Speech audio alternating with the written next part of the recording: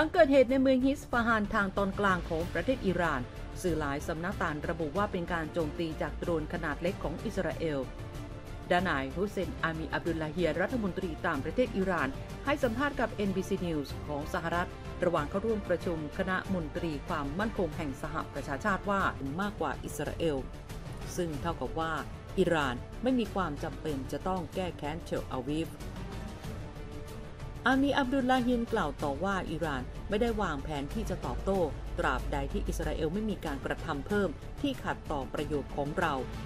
ก็ไม่มีปฏิกิริยาใหม่ๆเกิดขึ้นแต่หากอิสราเอลดำเนินการอย่างเด็ดขาดต่ออิหร่านและสิ่งนี้ได้รับการพิสูจน์แล้วเราจะตอบสนองทันทีและสูงสุดอีกทั้งเราจะทำให้พวกเขาเสียใจแต่ถ้าไม่เราก็จบเราได้ข้อสรุปแล้ว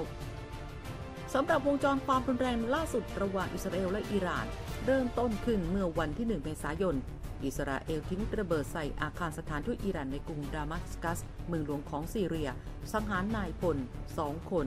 และเจ้าหน้าที่อีก5 คนในกองกำลังพิทักษ์การปฏิวัติอิหร่านหรือ IRCG ด้านอิหร่านทำการตอบโต้ในอีก12 วันต่อมาโดยเปิดการโจมตีทางทหารโดยตรงต่ออิสราเอลอย่างที่ไม่เคยเกิดขึ้นมาก่อนด้วยการยิงขีปนาวุธและโดรนมากกว่า300 ลูกอย่างไรก็ดีทำให้ฐานทัพอากาศนิววาทิมได้รับความเสียหายบางส่วนซึ่งอามี อับดุลลาฮียนก็ได้กล่าวถึงประเด็นนี้ว่าการโจมตีดังกล่าวมีจุดมุ่งหมายเพื่อส่งสัญญาณเตือนว่าอิหร่านสามารถโจมตีไฮฟาและเทลอาวีฟได้เราสามารถกำหนดเป้าหมายไปที่ท่าเรือเศรษฐกิจทั้งหมดของอิสราเอลอย่างไรก็ดีเส้นสีแดงของเรานั้นเป็นพลเรือนจะมีการมุ่งเป้าไปที่การทหารเท่านั้นและสำหรับการโจมตีครั้งล่าสุดที่เกิดขึ้นในอิหร่านนั้นก็ดูเหมือนจะมุ่งเป้าไปที่ฐานทัพอากาศอิหร่านใกล้กับเมืองฮิสฟาฮานที่อยู่ลึกเข้าไปภายในประเทศแต่ก็ไม่ได้มีการโจมตีจุดยุทธศาสตร์ใดๆและไม่ได้สร้างความเสียหายใหญ่หลวงขณะที่ทางการอิสราเอลก็ยังคงไม่พูดอะไรเกี่ยวกับเหตุการณ์ครั้งนี้แต่นายตามาราบิโนวิชอดีตเอกอัครราชทูตอิสราเอลประจำสหรัฐได้แสดงความเห็นว่าอิสราเอลพยายามเปรียบเทียบในความจำเป็นของการตอบสนองเพื่อที่จะไม่เข้าสู่วงจรของการกระทำและการตอบโต้ที่จะบานปลายอย่างที่ไม่มีที่สิ้นสุดมีรายงานกลุ่มผู้ประท้วงชาวอิสราเอลหลายพันคนรวมตัวกันบนท้องถนนต่างๆในวันเสาร์เรียกร้องให้มีการจัดการเลือกตั้งใหม่และเรียกร้องขอให้รัฐบาลดำเนินการมากกว่าที่เป็นอยู่ขณะญาติของตัวประกันปิดถนนบางส่วนที่เชื่อมระหว่างเทลอาวีฟและเยรูซาเล็ม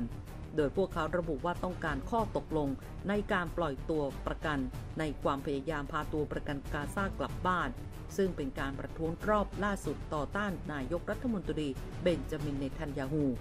การลุกฮือประท้วงครั้งนี้มีขึ้นในขณะที่สงครามในกาซาลากยาวเข้าสู่เดือนที่ 7และเกิดขึ้นท่ามกลางความรู้สึกที่ไม่พอใจอย่างมากขึ้นเรื่อยๆต่อแนวทางของรัฐบาลเนทันยาฮูในการช่วยเหลือตัวประกันชาวอิสราเอลอีกกว่า133 คนที่ยังคงถูกควบคุมตัวโดยกลุ่มฮามาสผลสำรวจหลายแห่งระบุว่าชาวอิสราเอลส่วนใหญ่ต่างโทษเนทันยาฮูกับความล้มเหลวด้านความมั่นคงที่นำไปสู่การบุกโจมตีอย่างไม่คาดคิดของนักรบฮามาสที่เล่นงานทางใต้ของอิสราเอลเมื่อวันที่ 7 ตุลาคม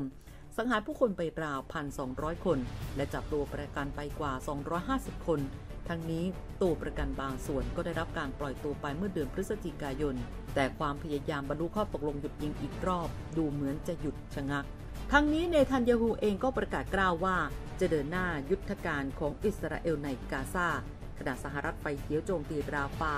แลกตอบโต้อิหร่านแบบจำกัดโดย The Times of Israel รายงานโดยอ้างแหล่งข่าวที่เป็นเจ้าหน้าที่ของอียิปต์ให้สัมภาษณ์กับอัลอาราบีอัลจาดีดของกาตาร์เปิดเผยว่าสหรัฐได้ยอมรับแผนปฏิบัติการโจมตีภาคพื้นดินในเมืองราฟาทางใต้สุดของกาซาแลกกับการที่อิสราเอลยอมตอบโต้อิหร่านในวงจำกัดหลังอิหร่านเปิดปฏิบัติการโจมตีทางอากาศครั้งใหญ่ต่ออิสราเอลในช่วงเช้ามืดวันอาทิตย์ที่ 14 เมษายนอิสราเอลเชื่อว่ากลุ่มติดอาวุธ4 กลุ่มของฮามาสหนีมาซ่อนตัวอยู่ในราฟาหลังถูกทหารอิสราเอลโจมตีและไล่ต้อนมาจากพื้นที่ทางเหนือของกาซาโดยมาอยู่รวมกันกับพลเมืองปาเลสไตน์กว่าล้านคนในราฟา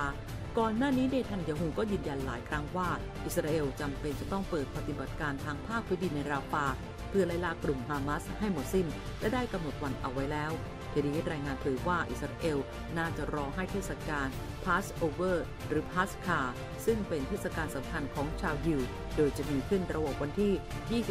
22-30 เมษายนให้ผ่านพ้นไปก่อนจึงจะโจมตีอิหร่านมาร่วมสนับสนุนท็อปนิวส์นำเสนอความจริงได้แล้ววันนี้เพียงกดปุ่ม Super Thanks แล้วเลือกจำนวนเงินตามที่ต้องการได้เลยครับขอบคุณครับ